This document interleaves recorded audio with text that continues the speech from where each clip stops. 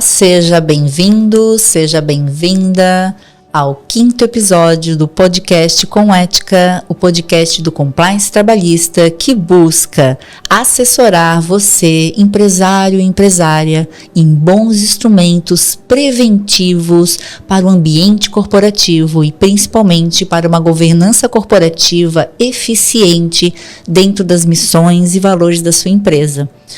Hoje nós vamos tratar de um assunto muito pertinente que faz com que uma empresa tenha sucesso no seu negócio, seja por meio dos seus serviços, seja por meio dos seus produtos, seja para satisfazer também e promover a felicidade no ambiente de trabalho, muito mais do que falarmos de normas, de contratos, de instrumentos ou ferramentas da área trabalhista ou da área contábil.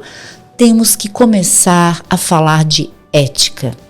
E por isso que, inicialmente, eu me apresento como Alexandra Candemil, sócia fundadora da Candemil Advogados, especialista em compliance trabalhista e em liderança corporativa, com muitos cursos nesses últimos anos e também com a publicação da obra Compliance Trabalhista e a Política de Sanções Disciplinares. Quero agradecer em especial ao nosso patrocinador do 5º episódio do podcast, que é um patrocinador exclusivo, Top Car Land Rover, luxo sobre 4 rodas. Paz no trânsito começa por você. E eu quero fazer aqui uma referência muito especial a uma grande amiga, Elza Galdino, que já está aqui, logo vocês vão conhecer e descobrir que não foi à toa que a convidei para estar aqui comigo e conosco, para que a gente possa trabalhar sobre o assunto ética. Elza Galdino é uma advogada, como eu falei, uma grande amiga, eu tenho uma admiração pela autenticidade que ela é, pelas suas vozes, eu digo que são várias vozes, são várias ideias, uma mulher engajada, autora de obras jurídicas, também de artigos, também de uma obra poética que eu tenho com muito privilégio o autógrafo dela na obra, também é membro do IASC, comendadora. Meu Deus, são tantos atributos, Elza. Fala um pouquinho de ti, se apresenta para que o nosso público possa te conhecer. Primeiro, quem é a Elza? Primeiro, muito obrigada por ter me convidado, é uma honra enorme estar aqui. Hoje é o Dia Internacional do Obrigado, então obrigado a você, a equipe que está aqui e as pessoas que estão nos acompanhando.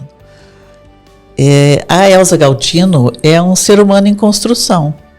Que lindo. Cada dia você acrescenta mais um tijolinho nessa construção que é o ser humano. E às vezes esse tijolo tem mais qualidade, às vezes tem menos, às vezes ele fica meio tortinho. Mas essa sou eu, essa é, acho que é a essência de todo ser humano, é estar atento à vida, às pessoas e aos fatos e fazer disso um elenco que alimente você na busca de ser um ser humano melhor. Essa é mais ou menos isso que eu penso a respeito de mim mesma, porque assim, eu não sou a profissão que eu tenho, né? Então, como você disse, a gente tem muitas facetas e é preciso entendê-las, aperfeiçoá-las, acrescentar novas. Às vezes a gente deixa uma um pouquinho menor, aumenta um pouquinho a outra, dependendo da situação. Mas eu sou basicamente um ser humano em construção. Isso que eu chamo de uma apresentação de puro autoconhecimento, que tem inclusive muito a ver com o tema que nós vamos tratar hoje, que é sobre ética. Por quê, Elza? No meu trabalho de compliance, e eu me dediquei nesses últimos 5 anos, até eu brinco, Elza, com meus amigos, porque tem muitas pessoas que me acompanham, não só da área jurídica, nas redes sociais, e falam assim, mas você mudou de trabalho? E eu acho bem interessante isso, mas você está fazendo outras coisas, até foi essa semana aconteceu assim, nessas férias a gente acaba encontrando pessoas assim, em horários, claro que eu estou trabalhando, agora estou passeando, e aí a pessoa diz, mas você mudou, né, de carreira. Então, na verdade, o que aconteceu comigo é que eu quis um propósito diferente na minha carreira. Qual é o propósito, né, que eu me dispus e que começou com muito mais gás após a publicação da minha obra Compliance Trabalhista? eu queria curar a dor das empresas em todas aquelas questões condenatórias na área trabalhista, perante a Justiça do Trabalho, que eu via como ser humano que havia dor. Qual dor? Uma falta de ética, muitas vezes, na gestão com relação a algum tema dentro da empresa, muitas vezes desvios de conduta que entrelaçavam-se também com atos de desconformidade legal. Eu vi passar por mim casos que, claro, eu tive êxito, mas muitas vezes não, porque eu comecei a perceber que o foco estava antes de chegar o caso nas minhas mãos. E claro que a vida da gente é um percurso, sou grata e ainda sou, porque a Academia de Advogados ela existe, ela é uma referência, temos sim muita judicialização, mas eu decidi, Elza, eu, Alexandra, com o apoio do meu sócio, Flávio Candemil,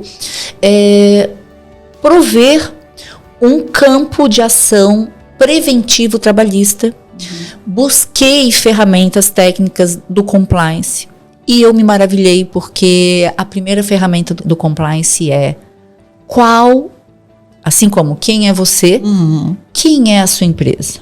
Qual é a cultura da tua empresa? O que você, empresa, entende como ética? O que é tolerável? O que não é tolerável? Por quê? Porque nós seres humanos, como você mesmo falou, e hoje vai ser muito gostosa a nossa conversa, porque além de eu ter essa admiração por você, como eu digo, e o pessoal vai ver aqui daqui a pouco e vai ouvir, você realmente tem a sua fala com muita propriedade, com muita clareza, e você filosofa, e ao mesmo tempo você vai construindo pensamentos. O ser humano hoje, ele tem que ter um autoconhecimento, mesmo se ele é um empregado.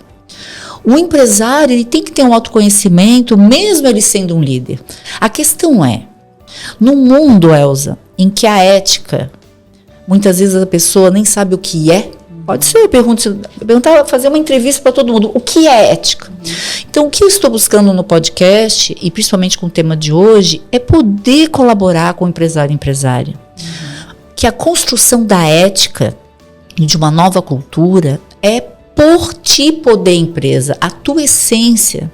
Porque numa empresa, Elza, a gente vai ter muitas pessoas, sejam elas empregadas, terceiros, vão ter os clientes. Cada pessoa e o ser humano, ele tem a sua cultura. A questão toda é a ética.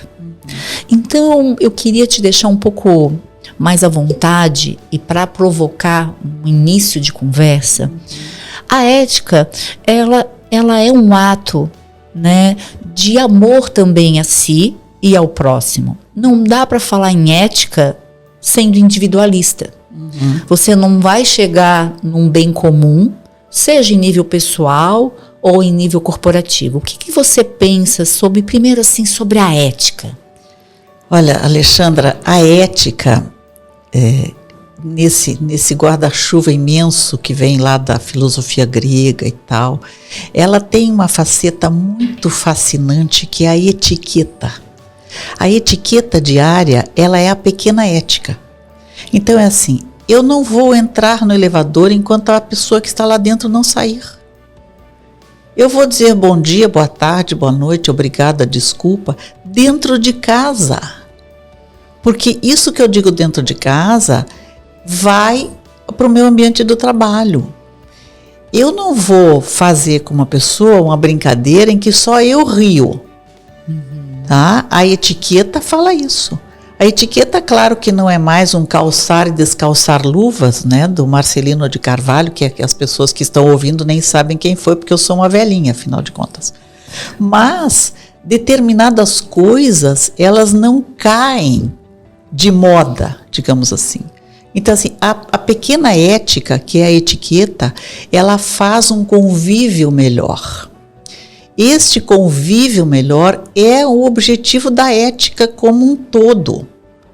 Então, o autoconhecimento, como você fala, ele é um instrumento muito interessante, porque quando eu me conheço, eu reconheço no outro aquilo que eu sou, o que eu não sou, e eu passo a ter respeito por aquilo que ele é. Então eu acredito que a ética que não é filha da religião, as pessoas pensam que a ética é filha da religião, a ética é filha da filosofia, né? Então, exatamente. E a filosofia, ela é construída para que você se conheça e seja livre. Qual é a grande liberdade? A grande liberdade, segundo Kant, é eu poder fazer uma coisa e não fazê-la. Então, do ponto de vista da ética, por exemplo, eu posso prejudicar um colega meu, mas eu não faço. Poder eu posso, mas eu não faço.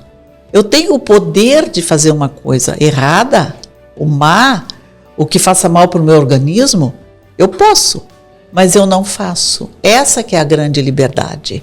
É você dizer, eu escolho outra coisa, eu escolho o que me faz bem, eu escolho o que faz bem ao outro. Porque o bem-estar das pessoas, é claro que faz uma empresa completamente diferente. Eu estou lendo agora um livro de um dinamarquês, que ele é membro do Instituto Dinamarquês da Felicidade. A felicidade é estudada na Dinamarca, em grandes universidades, e você falou na felicidade nas empresas.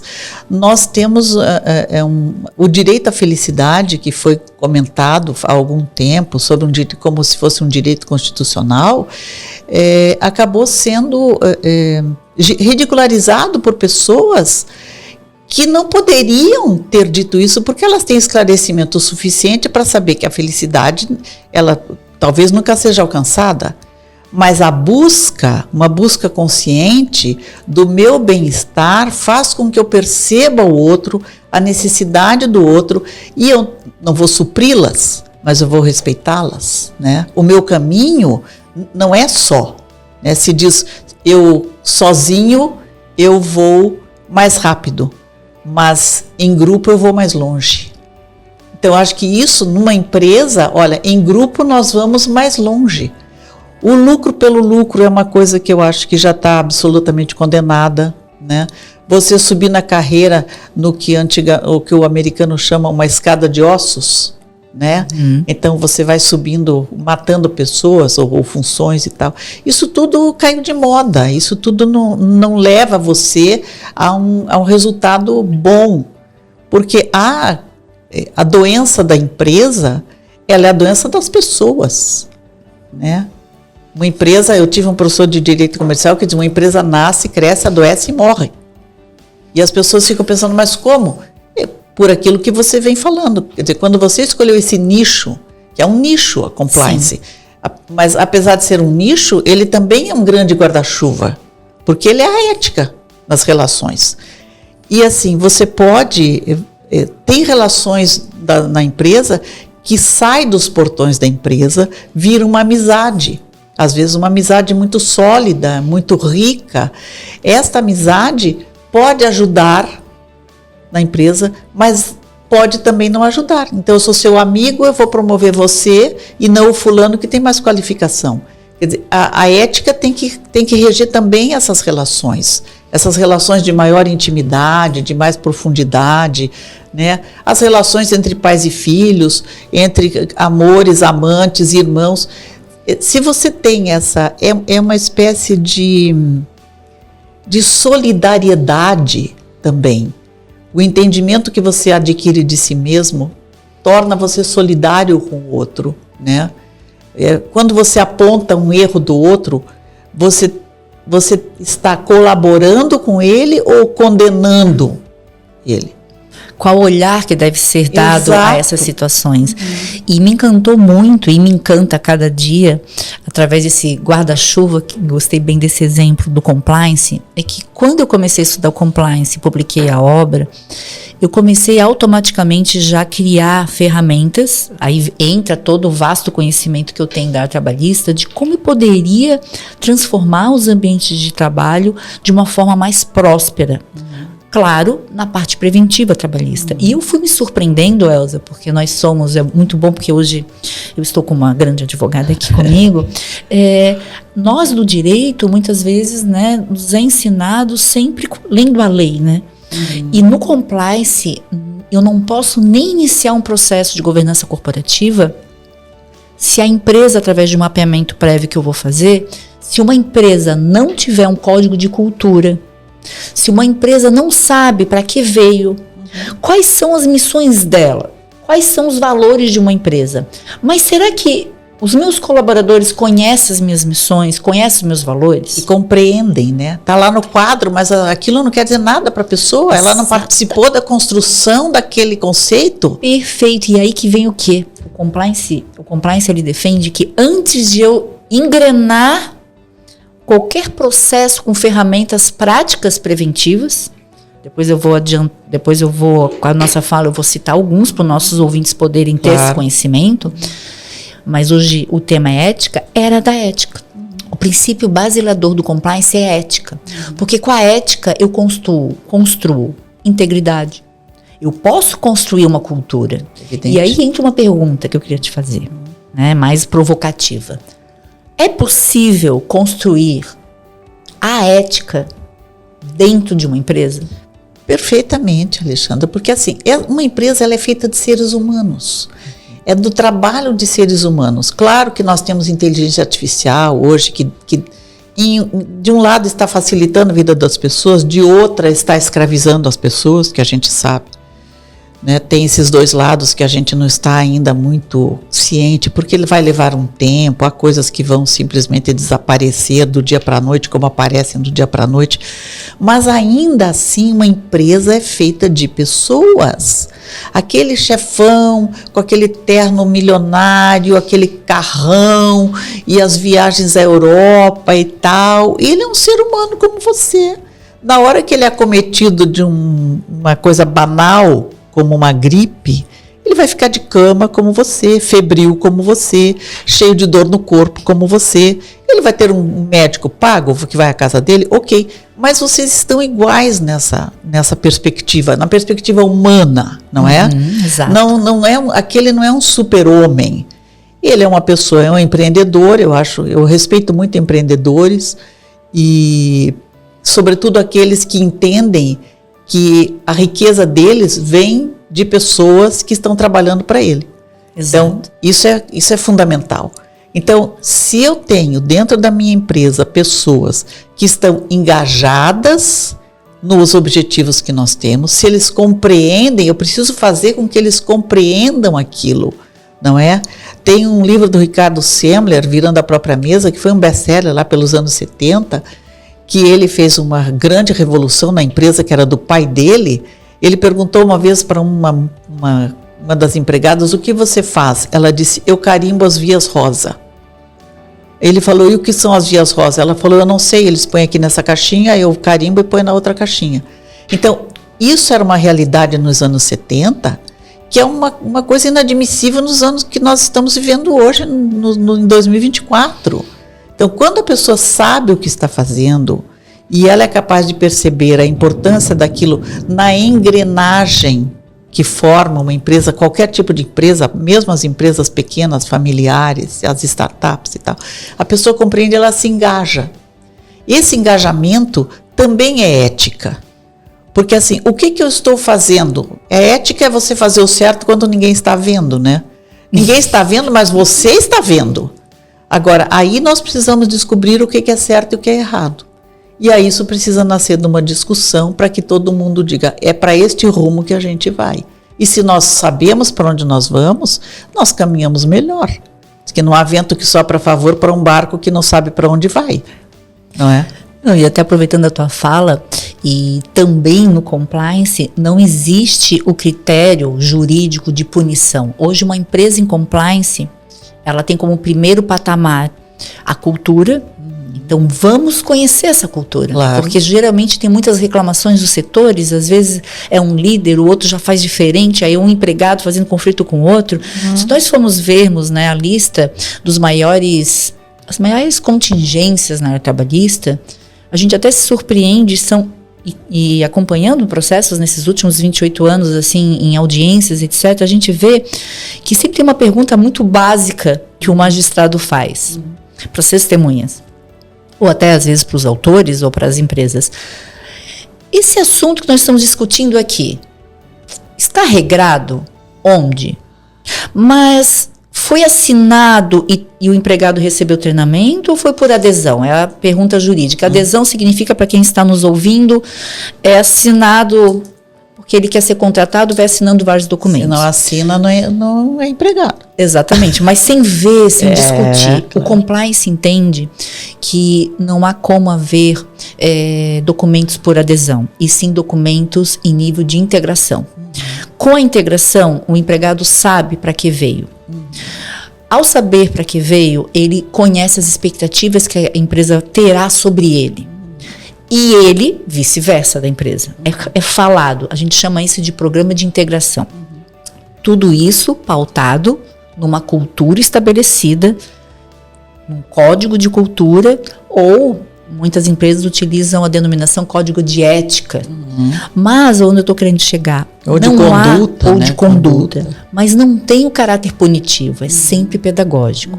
E claro, quando você fala que o estar em atos com ética é fazer o certo quando ninguém vê, também numa empresa, Elza, é muito importante ter aquele olhar pedagógico.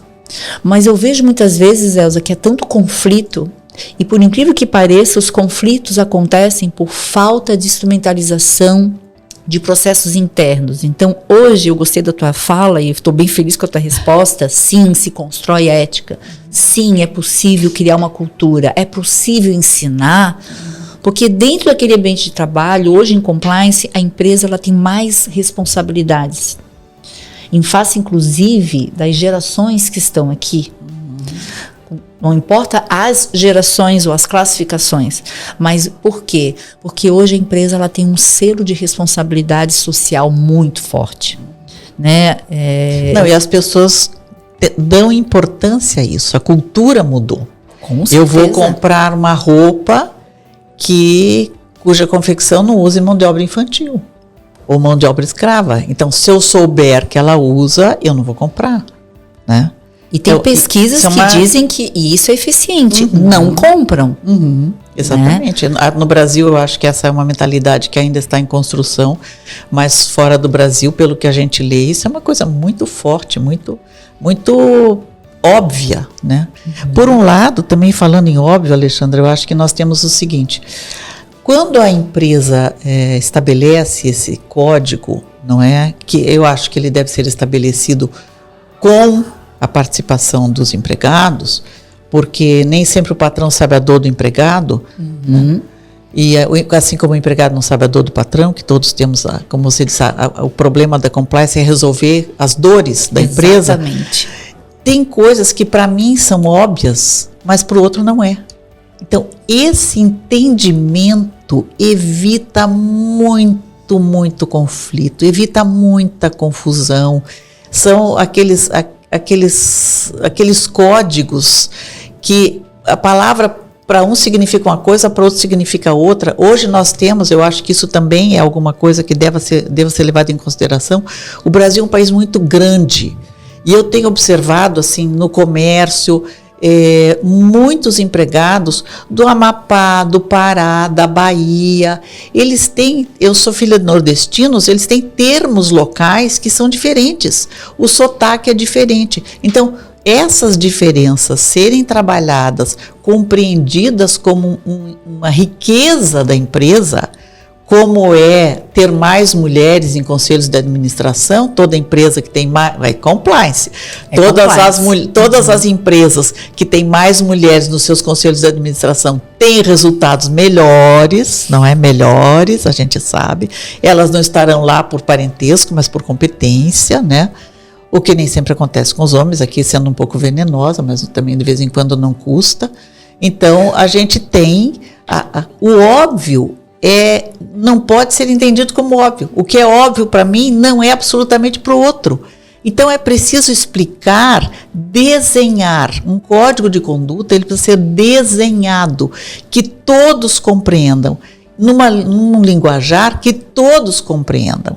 Não vai ser juridiquês. Eu acho que você tira, você desbasta muito um linguajar mais complexo, porque quem vai cumprir o código tem que compreendê-lo. Essa é a primeira coisa. Se ele não compreende, se ali tem uma palavra que ele não sabe o que é, e ele tem vergonha de perguntar, porque se ele perguntar, ele vai ser considerado menor. Pelo contrário, eu acho que quem pergunta sai da ignorância. Com certeza. É uma virtude perguntar, não é? É perguntar que me tira da ignorância. Mas esse tipo de coisa, dentro do ambiente, que nas empresas tende a ser autoritário, hierarquizado, é muito difícil você explicar o óbvio para você, porque você acha que, não, isso eu sei, todo mundo sabe, e isso não é compliance, no meu entendimento, e também não é ético. Ético é você se colocar no lugar do outro na medida do possível, que nem sempre é fácil, e dizer como é que ele foi alfabetizado, né?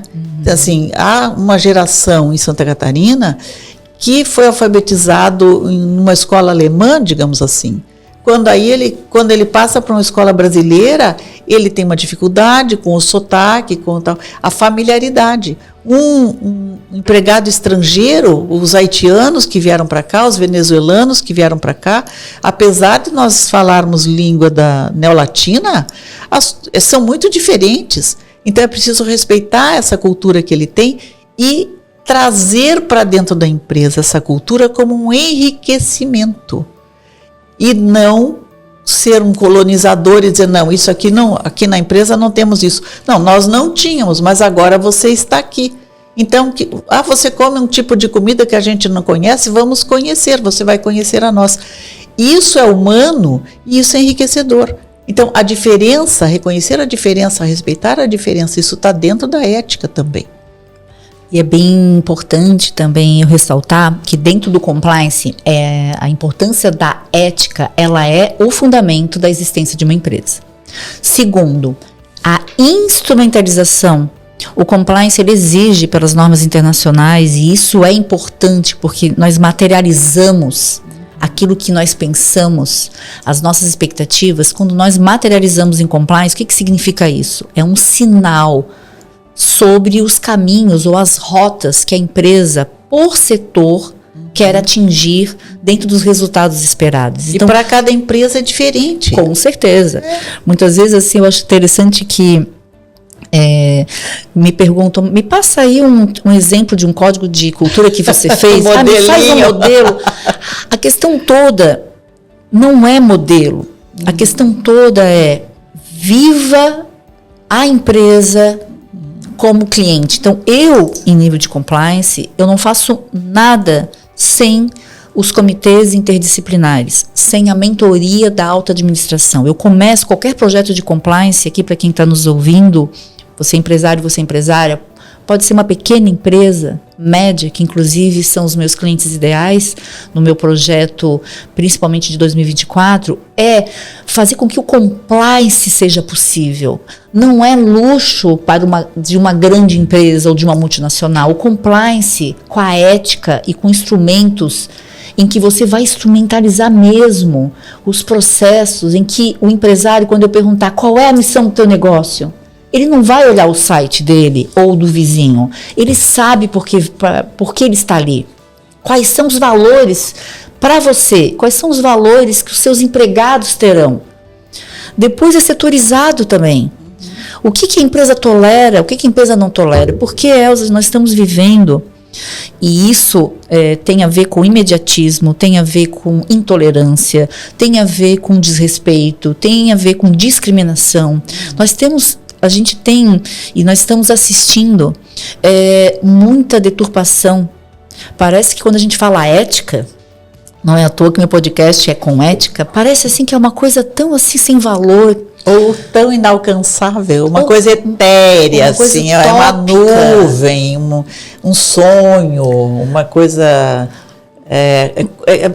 eu acho que até ser uma coisa difícil é inalcançável, porque você vai provar que não é. Agora, quando as pessoas pensam que ética é dispensável, aí eu acho que nós estamos num problema. Um grande problema. Um grande problema. E aí eu acho, tem a história da educação do algoritmo, né?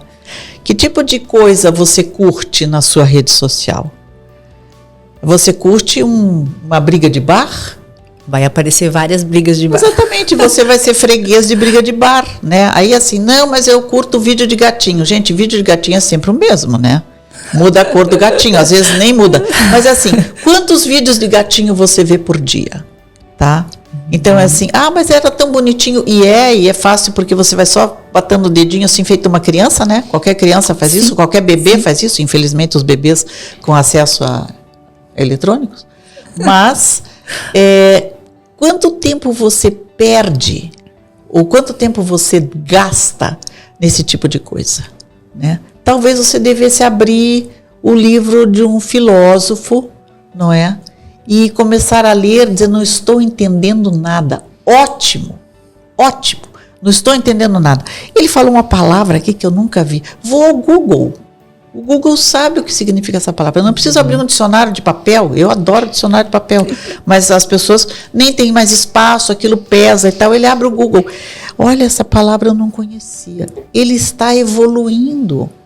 Ele saiu do algoritmo, ele enganou o algoritmo, ele não é mais escravo do algoritmo, do gatinho, ou da briga de bar, ou da moça de biquíni, ou do rapaz musculoso. Ele sai dessa armadilha. Eu acho que a gente precisa ter consciência de que a armadilha existe.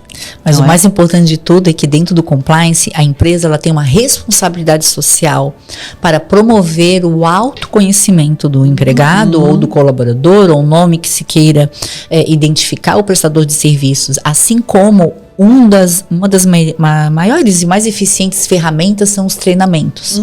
Tem inclusive uma frase muito corriqueira no mundo corporativo que diz assim: eu contrato uma pessoa pelo currículo e a demito pelo comportamento. Então, contrata pelo hard skills e demite pelo soft skills. E eu tenho visto isso muito, né, nos conflitos trabalhistas, nas questões nas empresas, que muitas vezes as empresas querem aquela solução. Só que quando eu vou, por exemplo, né, tive um caso muito interessante em que uma empresa me consultou que está tendo problemas seríssimos porque o empregado, ele atrasa todo dia. 5, 8 minutos, 15, 1 hora. E só que quando ele me contatou sobre esse caso, ele já estava, o líder já estava, digamos assim, no seu limite. E ao falar com o empregado, que naquele dia de repente foi até 5 minutos, mas dentro do histórico, o ofendeu. Né? E com isso, na frente de clientes, etc. Então, no final, o que era para ter sido antes solucionado com reuniões pedagógicas, com questões de saber o que está acontecendo com o empregado, acolher ou aplicar, tem as sanções, é claro que se aplica pedagogicamente. Lógico. Houve dentro da lei. Um silêncio. Dentro da lei houve um silêncio. E com esse silêncio reverteu o contrário. Aí o empregado agora era contra o líder porque foi ofendido, etc. Claro. Então, o que eu quero falar desse exemplo, não para falar de um ou de outro, não é isso. A que ponto se chega dentro de uma empresa que não se instrumentaliza procedimentos? É porque um assunto vira um problema. Vira um problema, Era um assunto. Ele chegava para o empregado e dizia: fulano, você está chegando tarde todos os dias, tem alguma coisa que você precisa me contar, você está precisando de alguma ajuda? Se ele é um colaborador valioso, né, você está precisando de ajuda e tal, porque eu contratei essa pessoa porque eu via nessa pessoa uma qualidade que se encaixa no meu quebra-cabeças, né, de produção, ou seja lá o que for, prestação de serviço, etc. Então, isso seria um assunto. Como isso foi se repetindo? Isso foi sendo guardado como o leite azedo, aí virou um problema. Né? Que não precisava existir. Não, o copo estava cheio, caiu uma gota, o copo virou. Né? E virou no momento mais inoportuno, porque o supervisor perdeu as estribeiras na frente de pessoas estranhas. Né? E neste ponto, eu acho que é muito difícil você convencer o superior hierarquicamente de que ele está errado. Porque ele vai dizer: mas é o empregado que chega todo dia tarde. É verdade. Agora, isso só se tornou um problema porque você não soube lidar com isso. Não é? Então, assim, hoje eu acho que há mais uma mão e contramão na relação de emprego que não existia. Eu comecei a trabalhar com 15 anos. né? Tenho carteira assinada, então, desde então, eu estou de carteira assinada hoje na OAB. Sim. Então, as relações eram totalmente diferentes, a gente cumpria ordens cegamente, né? Hoje não, hoje você, tanto é que mudou, as pessoas têm usado esse nome de colaborador, quer dizer, alguém que traz para mim alguma coisa pela qual eu tenho consideração, que eu vou prestar atenção, não é? Tem inúmeros casos de empregados que descobriram, que criaram coisas, né? O Band-Aid, por exemplo, né? O homem tinha lá um bebê que tinha lá uma feridinha e a mulher tinha que pegar todo dia esparadrapo e botar a gás e botar não sei o que. Ele inventou o Band-Aid, não é? Uhum. Ele era um empregado, ele tinha uma necessidade, a tal da dor, né? Você está resolvendo uma dor. Em geral, você trabalha melhor com aquilo que te dói, porque é aquilo que te incomoda, aquilo que mexe com a tua crença, com o teu princípio, com a sua formação. Isso tem que ser respeitado, né? Daí nascem coisas muito interessantes. E também o fato de você dizer, olha, fulano, não é aplicável aqui, ou não é o momento, ou já passou o momento, ou alguém já fez, até fez melhor e tal, mas essa conversa é necessária. Mas concordas comigo que se uma empresa, né, porque dentro de um projeto de compliance, o que a gente faz? É claro, quando tem a dor, a maioria das empresas me procura na dor, eu acho que eu faço errado isso, eu acho que meu contrato não está, o modelo de contrato de trabalho não está adequado, eu acredito que eu vou ter passivo trabalhista, olha, eu estou com um problema aqui. Elza, o compliance me ensinou muita coisa. E eu ainda quero ser uma aprendiz do compliance. Porque cada vez mais eu sou apaixonada pelo compliance. Por quê? Porque eu escuto a empresa, aí eu uso a ferramenta do mapeamento prévio, escuto a empresa, sempre com a alta administração, porque em compliance é sempre com a alta administração que começa o compliance, para depois, uma vez eu conhecendo bem a estrutura da diretoria, a cultura dos sócios, frente ao que está escrito, porque eu vou comparar. Claro. São várias mentorias até eu chegar num diagnóstico. Depois é que eu vou iniciar os processos com as ferramentas do compliance. Então é por isso que cada vez eu me apaixono, porque eu lido com as pessoas, eu lido com as dores, elas se repetem. E muitas vezes é a falta realmente de se criar mesmo, também com uma pesquisa de campo dentro da empresa, criar o que é tolerável e o que não é tolerável. O óbvio para um não é óbvio para outro. Além disso, dentro do compliance, o que nós fazemos, né? Nós estruturamos, antes de se pensar no contrato de trabalho, também regulamentos sobre questões éticas, como, por exemplo, temos a cartilha da inclusão, temos a cartilha sobre o assédio. Não como muitas vezes eu escuto, né? Mas você vai criar ambientes e focos de ensinar o que é isso. Não é. A visão do compliance, a partir do momento que é uma empresa estruturada pela ética, é o contrário. É o contrário disso. Eu vou formar pessoas para que o ambiente de trabalho seja mais feliz, com o efeito da solidariedade, fazer com que uma pessoa respeite a outra, partindo num pressuposto que nem todos possuem o alcance da cultura que eu estou me dispondo a oferecer dentro da minha empresa, porque esse empresário, essa empresária, ela quer um ambiente feliz e sadio. Depois vem os resultados. É claro que parece assim muito romântico que eu estou falando, mas eu hoje me sinto com propriedade de falar, Elza, porque eu estou vivendo um momento de uma cura vinda das empresas, é um pedido das empresas. E como eu lido direto com a alta administração, para depois, aí sim, porque se a alta administração não compra a ideia... Não compra a ideia, mas eles estão...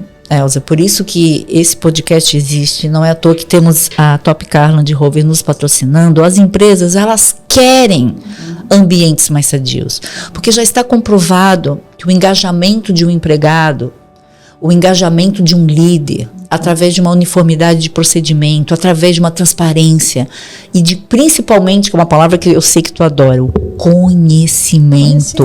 Claro.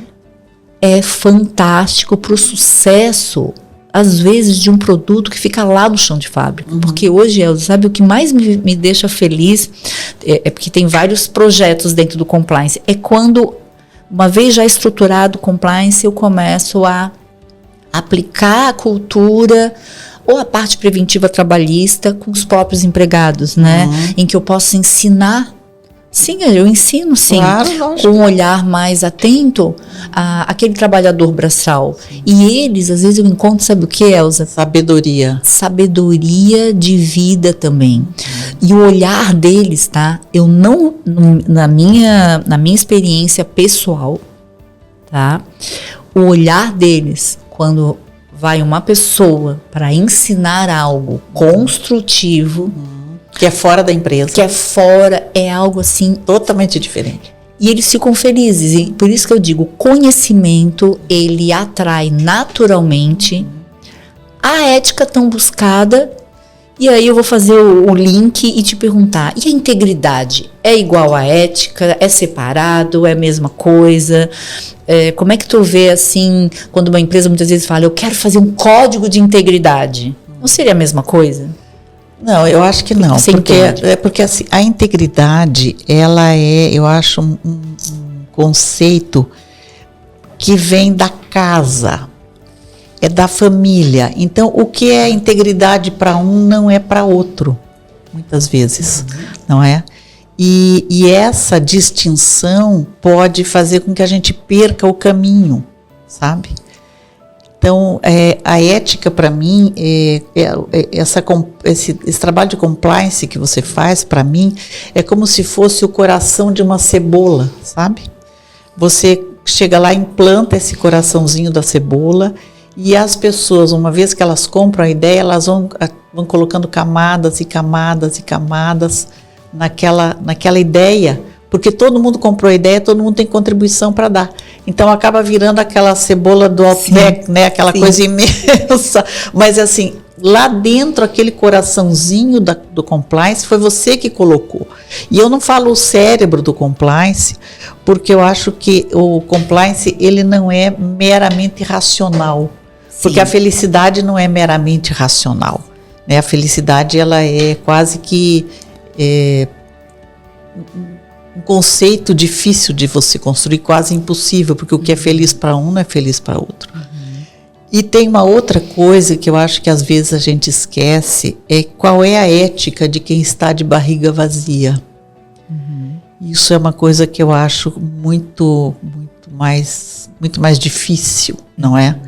Porque assim, aquele empregado que está ganhando tão pouco, né, que ele não consegue levar a comida certa para casa, ou a mulher teve um bebê e a criança tem uma alergia ao leite, ele tem que usar um leite caro, ele não consegue comprar. Então, assim, se ele tem uma oportunidade, tá, de tirar alguma coisa de dentro da empresa, porque o filho dele está com fome, o que é? Nós vamos condenar essa pessoa ou nós vamos dar uma olhada no nosso código e dizer assim, mas eu não enxerguei esta pessoa, não é? Então assim, mas ele é um ladrão, sim, ok, mas eu não enxerguei esta pessoa. Assim, chegou nesse ponto, alguma coisa eu perdi pelo caminho, porque eu acho assim, quando você chega numa empresa que ela está em crise, que eu acho que quando eles te chamam, sim, infelizmente, né, a prevenção não se faz, assim, nós não temos cultura preventiva, não se faz medicina preventiva, advocacia preventiva, enfim.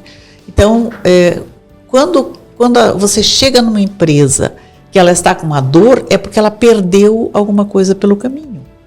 Ela perdeu, aquele rapaz que precisa comprar um leite caro, e que ele poderia talvez, não é que ele vá ter um aumento porque ele precisa de um leite caro, talvez ele possa assumir uma função superior à que ele está exercendo, e ele vai receber a remuneração condizente, né? Então, esse aspecto também, o aspecto da barriga vazia, para mim, ele é muito importante, porque a gente... Porque assim, no capitalismo, né, que é o que a gente vive, o empregado não enriquece, né? Mas ele pode ter um salário que permita a ele uma vida digna. Teve uma construtora agora aí, não sei se é Itapema, sei lá, que construiu um prédio de um apartamento para cada empregado, que são 45 pessoas. Eu li aquilo. Gente, que mídia maravilhosa, ele não pagou um centavo para ter aquela mídia. Tá? É claro que ele não fez com essa intenção, e também se fez, é legítimo, porque a gente vive no mercado capitalista, mas é assim, a pessoa diz, meu Deus, uma parte. Sim, está todo mundo feliz, entendeu? Todo mundo vai, como diz, vestir a camisa e tal. O dinheiro é uma retribuição adequada, não é? Mas o bom trato, né? A educação, o respeito, não adianta você me pagar super bem e me assediar moralmente. Né? Não existe isso, uma coisa não compensa a outra. E é por isso que em compliance nós temos os pilares, o preventivo, o de detecção e o corretivo, mas principalmente o detectar é justamente eu ter ouvidos mesmo. Exato. Existem várias ferramentas de comunicação para, no teu exemplo do empregado da barriga vazia, ele já poder acessar os recursos humanos. Então, uma empresa, quando ela caminha dentro de um programa do compliance, e Elza, assim, me dá uma satisfação quando eu termino um projeto, que ele dura entre 3, 4, 6 meses. Você tem que fazer um livro com todos os cases. Sim. Esse é um próximo propósito para o próximo livro. Mas eu estou cada vez tão encantada que, na verdade, o projeto do podcast é justamente com a minha fala com meus convidados, é ter todas essas ideias que eu estou vivendo, né? Eu estou, na verdade, vivendo tudo que eu falo, né? E por isso eu sou otimista. Então, quando você fala da cultura da prevenção, o compliance aqui serve para quem está nos ouvindo, empresário, empresária, até uma provocação para os advogados e advogadas, é um processo ativo. Ou seja, a dor existe, o problema ainda não desencadeou no judiciário, mas eu vou implantar um projeto para corrigir, implantar uma nova cultura, se for o caso. Para que o doente não vá parar na UTI. Exatamente, para não ir para a UTI. Em resumo, né? E tem método. Então, às vezes, eu fiquei no início um pouco chateada, que às vezes as pessoas falaram, mas compliance é um coaching. Não. Eu sempre digo, por isso que nas minhas redes sociais... Essa palavra coach também é um grande guarda-chuva, né? Sim, porque eu falo que tem gente ensinando coisas. Eu quero ensinar você, eu vou ensinar você a ser milionário. Você é milionário? Não. Então você não pode me ensinar a ser um milionário. Sim. Se você não é milionário, não é? Sim.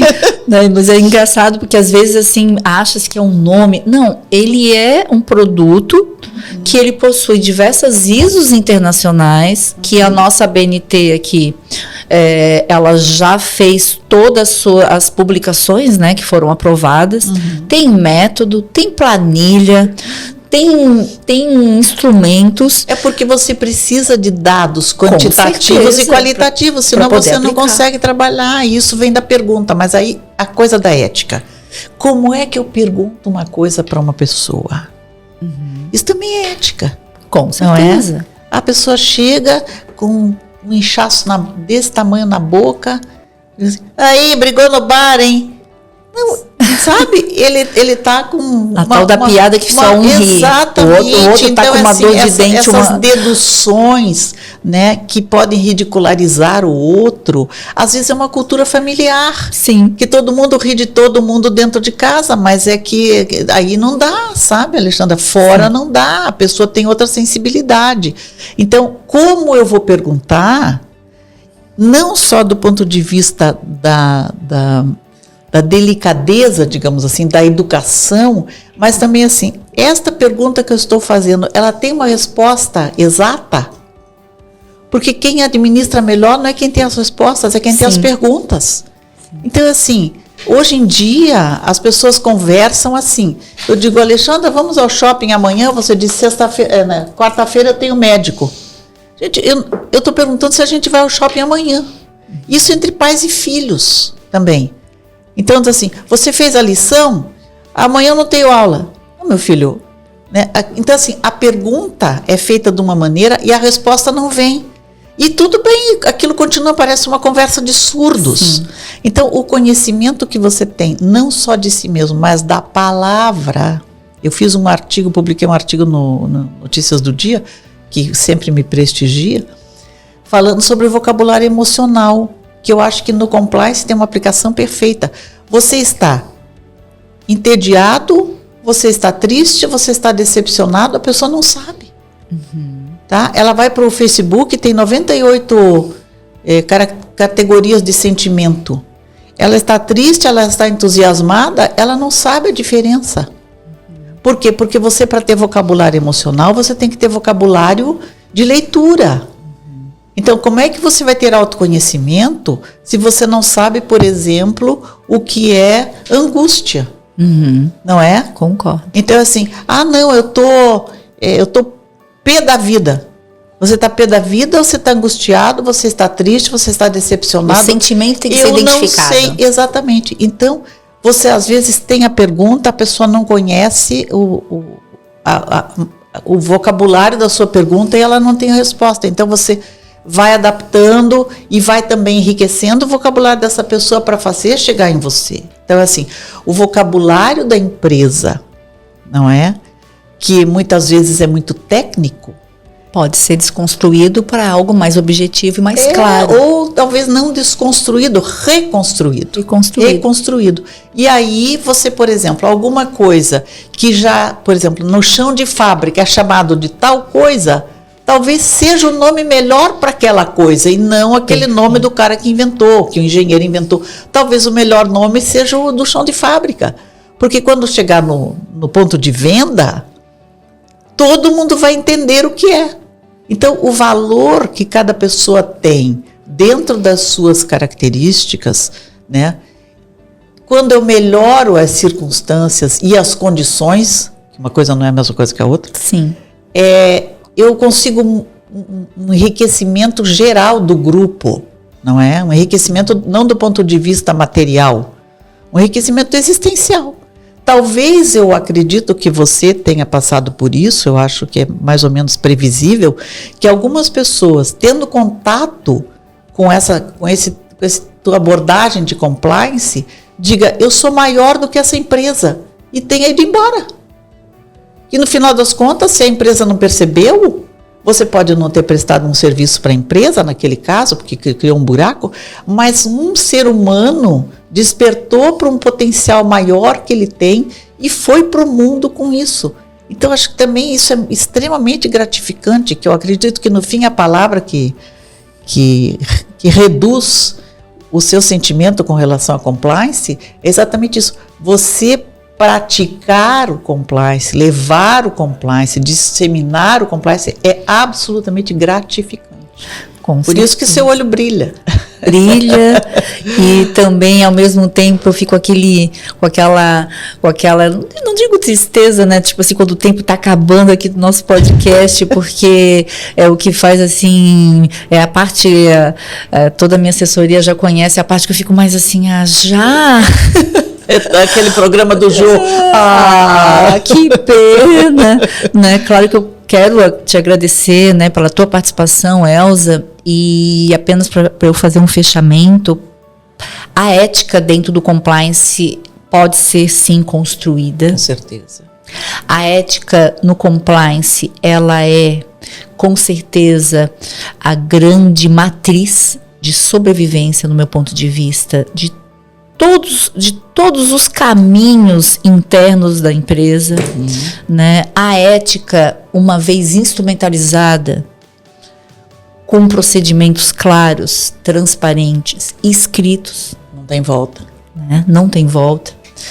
E o grande movimento cíclico, né? De que a empresa não vai estar parada dentro daquele que nós denominamos código de cultura, ela vai estar sempre em movimento e sempre atenta ao ser humano, às questões sociais do trabalho, ela vai estar atenta à sociedade, e claro, com o porquê que ela está vivendo e está à disposição dentro dos resultados que ela tanto almeja. Claro.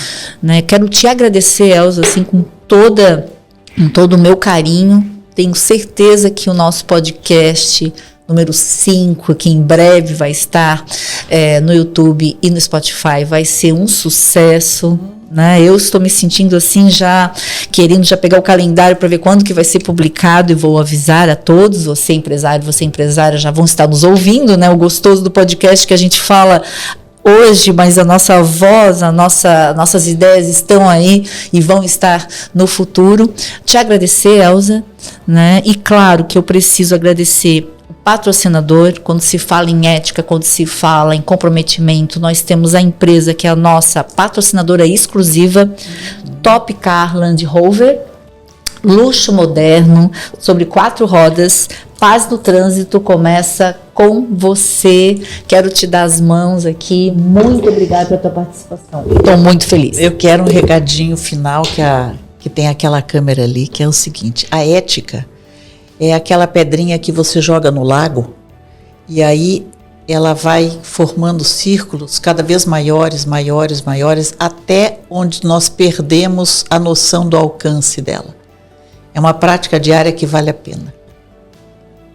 Muito, muito obrigada, Elza. Agradeço, muito feliz. Que presente ter você aqui no nosso podcast. Obrigada. Obrigada também, adorei.